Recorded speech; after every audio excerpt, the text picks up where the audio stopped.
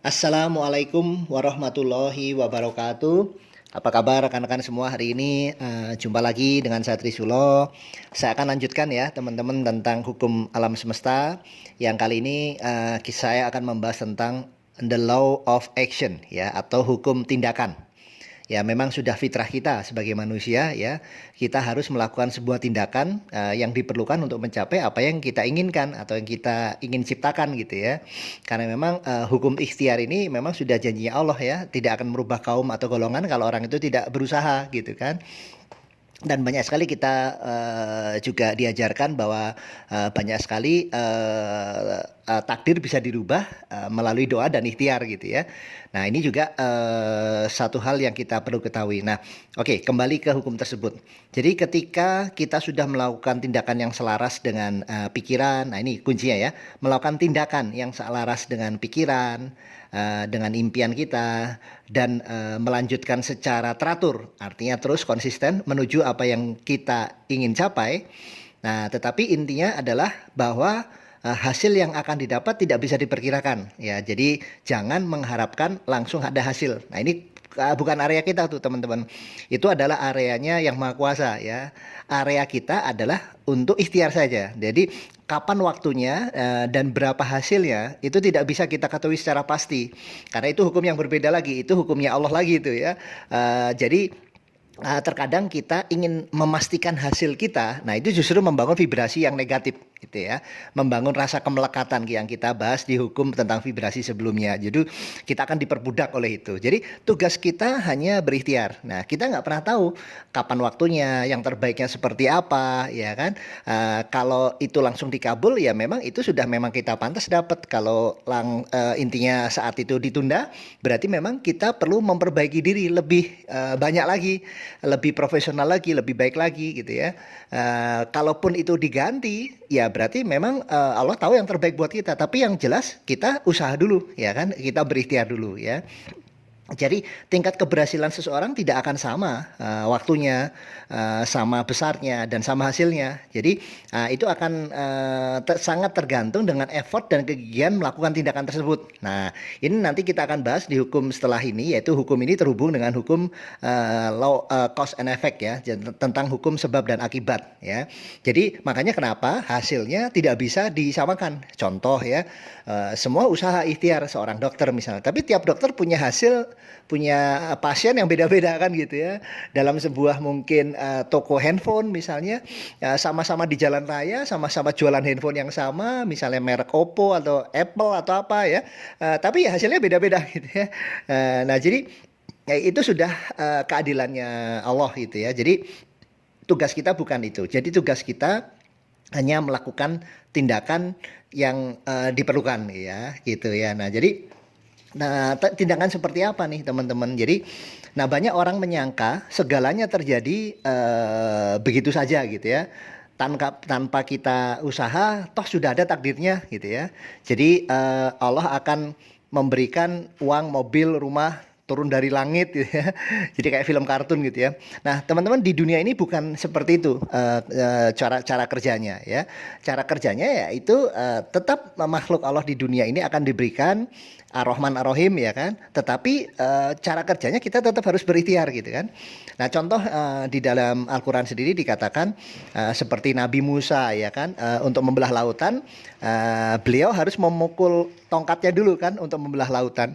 Nah, pertanyaannya, apa nggak mungkin atau istilahnya apa Allah nggak bisa tanpa dipukul tongkatnya Musa bisa langsung terbelah? Bisa sekali.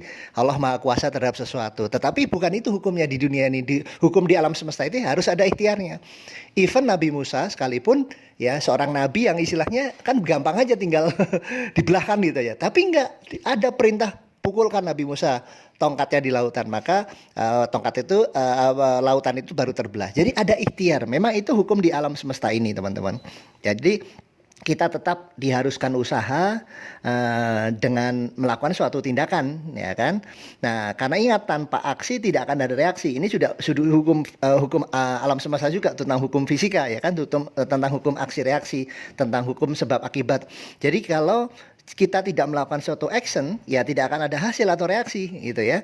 So, jadi kita harus melakukan action seperti apa. Ya, jadi nanti kita akan bahas dengan tentang juga setelah ini ada beberapa hukum lain, yaitu tentang law of attraction, tentang membangun sinkronisasi dan lain-lain. Nah, jadi kita lakukan actionnya seperti apa? Melakukan action yang terinspirasi gitu ya, tindakan yang terinspirasi. Artinya gini, artinya tindakan-tindakan itu sesuai dengan intuisi kita, firasat, ya mungkin ilham-ilham sinkronisasi yang kita bisa dapatkan dari level alam bawah sadar kita. Nah, ini nanti akan kita bahas di materi-materi berikutnya. Jadi istilahnya adalah kalau kita diajarkan untuk sholat istikharah, ya kan, ya terkadang kita akan dapat inspirasi atau gerakan-gerakan dari terbimbing gitu ya, terarah gitu ya, dari hati kita diarahkan untuk kemudahannya lebih mudah dan lain-lain. Itu yang dimaksud dengan tindakan terinspirasi. Jadi istilahnya follow your heart, follow your gut ya. Jadi ikuti kata hatimu, ikuti apa kata nyalimu ya kan. Jadi keberanian kita juga ada pengaruhnya. Jadi korelasikan atau hubungkan segala bentuk dalam segala bentuk dalam arti di sini adalah mulai kode-kode, bahasa, sinkronisitas yang terjadi dalam hidup kita gitu ya. Jadi ambil kesimpulan dan ambil tindakan yang terinspirasi. Jadi memang ini satu hal yang memang penting sekali ya. Jadi poinnya adalah lepaskan segala sesuatu kemelekatan atau keterikatan ya terhadap hasil akhir, yaitu istilahnya letting go ya. Nah, kebanyakan orang mengambil tugasnya yang maha kuasa ya. Kita memprediksi atau bukan mengharap memastikan harus hasilnya seperti ini. Kalau nggak hasilnya seperti ini, dia kecewa, dia marah ya dan lain-lain. Nah, jadi catatannya adalah menjadi note-nya adalah lepaskan segala macam kemelekatan atau keterikatan terhadap hasil akhir dari hasil tindakan kita. Tugas kita ini hanya berikhtiar ya. Hasil akhirnya adalah hak prerogatif dari Allah Subhanahu wa taala. Nah, itulah adalah gambaran tentang the law of action yang memang sudah secara sunatullahnya ya, untuk dapat hasil yang maksimal ya tentu saja ya, tapi tentu saja kita harus action, tapi tetap actionnya terinspirasi, jadi nggak ngawur gitu, bukan asal action ya seperti yang dibahas di materi sebelumnya. Pokoknya action tapi kita nggak merancang, nggak ada action plan dan segala macam, atau nggak terinspirasi tadi.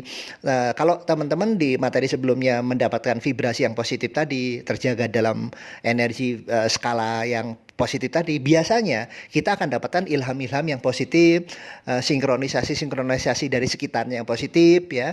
Contohnya misalnya kita lagi ngobrol, tahu-tahu di sebelah kita ada orang yang menceritakan sebuah proyek yang mungkin kita lagi inginkan, lagi kita bicarakan, loh kok dia ngomongin, nah itu sinkronisasi ya kan. Atau mungkin kita lagi scroll misalnya scroll di toko online gitu ya, tahu-tahu di scroll itu ada sesuatu yang dari kemarin kita cari, loh ini kan yang kemarin kita cari. Nah, itu satu hal sinkronisasi namanya, dengan melakukan tindakan tapi digiring ke sesuatu hal yang memang sudah alam semesta atau Allah kehendaki untuk kita mendapatkannya gitu ya. Jadi ada ikhtiar dari kita, tapi haknya hak untuk hasil prerogatif dari Allah Subhanahu wa taala. Oke, itu aja teman-teman. Semoga tetap bersemangat dan apa yang saya sampaikan bisa memberikan manfaat dan barokah. Assalamualaikum warahmatullahi wabarakatuh.